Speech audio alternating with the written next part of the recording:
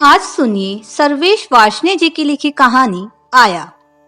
तुषार का तबादला मुंबई हुआ तो रश्मि यह सोचकर खुश हो उठी कि चलो इसी बहाने फिल्मी कलाकारों से मुलाकात हो जाएगी।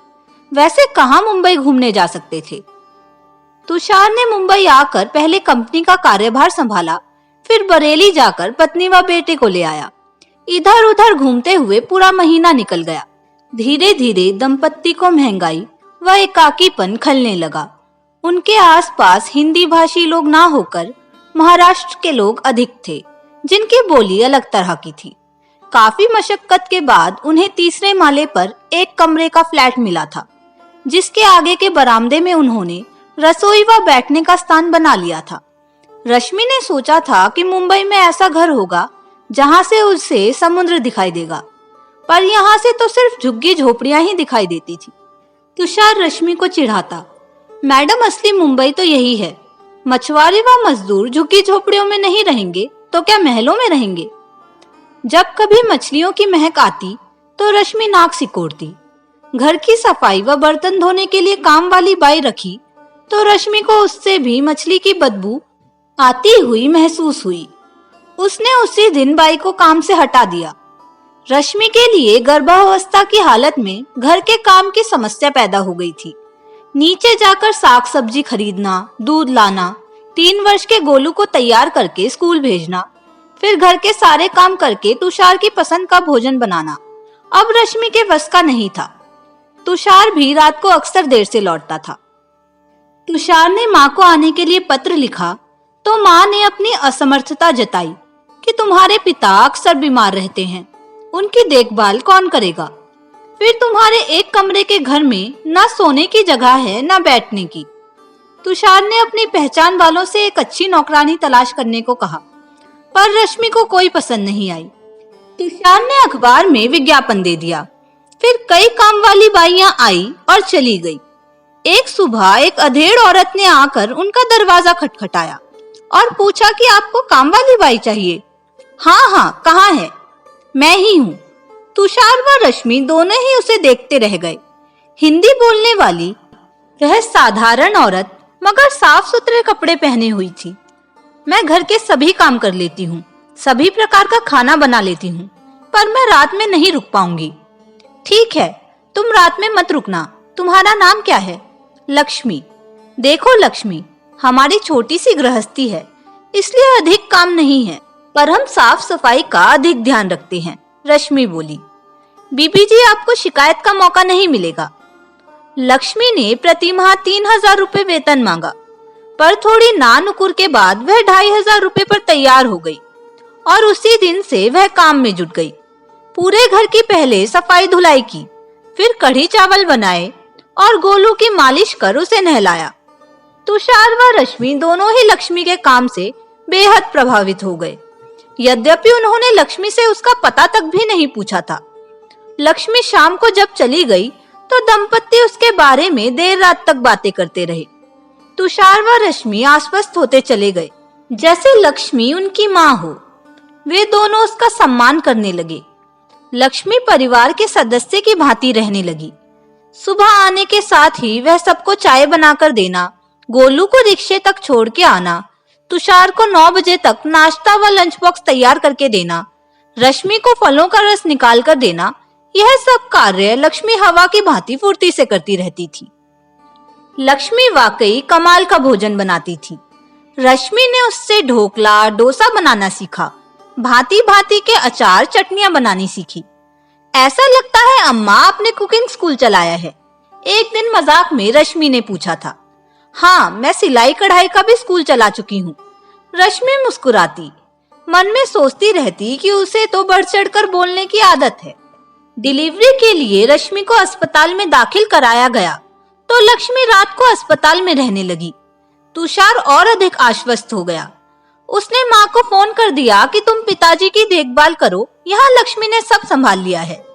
रश्मि को बेटी पैदा हुई। तीसरे दिन रश्मि नन्ही सी गुड़िया को लेकर घर लौटी। लक्ष्मी ने उसे नहला धुलाकर बिस्तर पर लिटा दिया और हरीरा बनाकर रश्मि को पिलाया। लक्ष्मी अम्मा, आपने तो मेरी सास की कमी पूरी कर दी, कृतज्ञ हो, रश्मि बोली थी। मेरी बेटी जैसी हो। मैं तुम्हारा नमक खा रही हूँ तो फर्ज निभाना तो मेरा कर्तव्य है।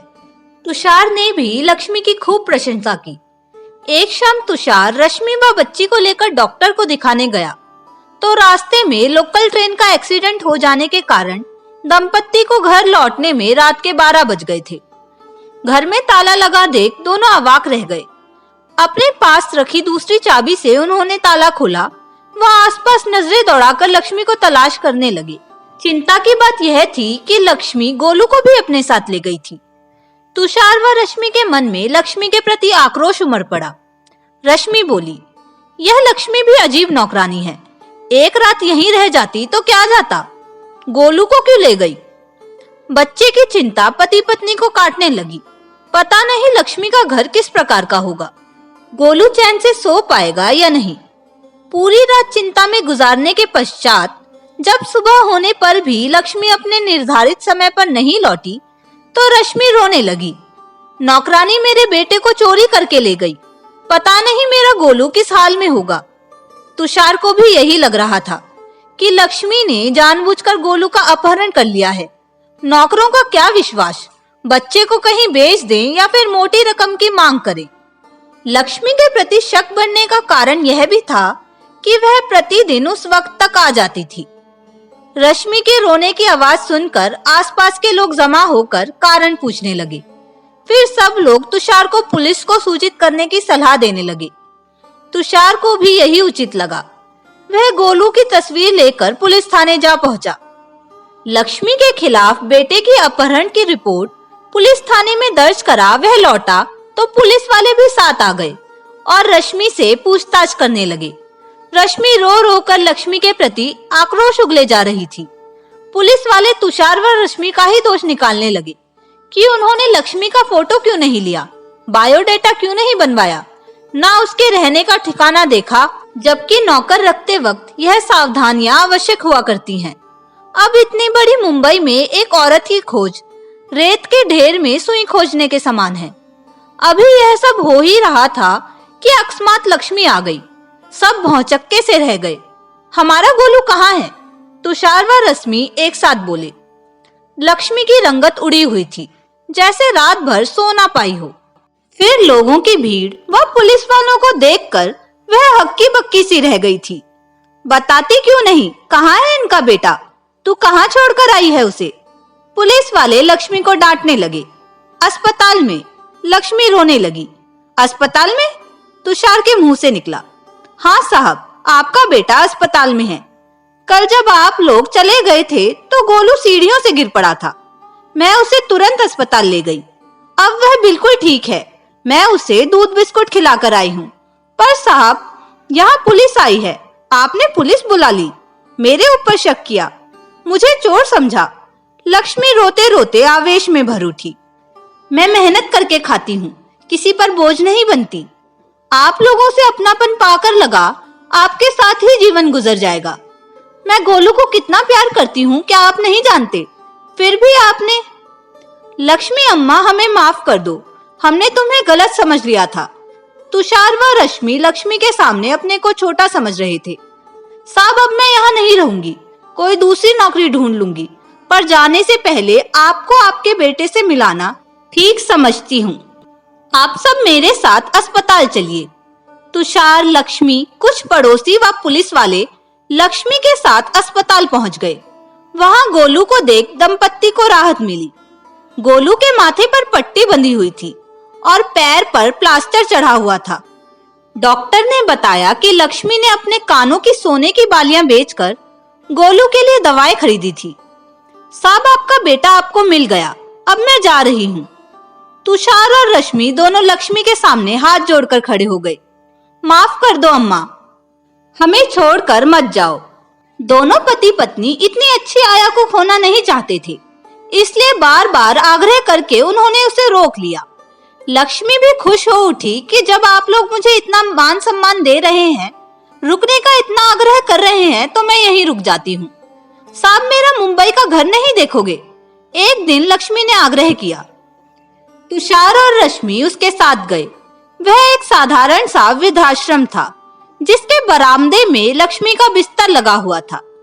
आश्रम वालों ने बताया कि लक्ष्मी अपने वेतन का कुछ हिस्सा आश्रम को दान कर देती है और रातों को जाग जाग कर वह रहने वाले लाचार बूढ़ों की सेवा करती है।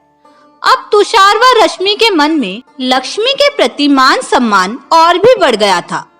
लक्ष्मी के जीवन की परतें एकाएक करके खुल गई। उस विधवा औरत ने अपने बेटे को पालने के लिए भारी संघर्ष किए, मगर बहू ने अपने व्यवहार से उसे आहत कर दिया था। अतः वह अपने बेटे बहू से अलग इस वृद्धाश्रम में रह रही थी। संघर्ष ही तो जीवन है। लक्ष्मी मुस्कुरा रही थी।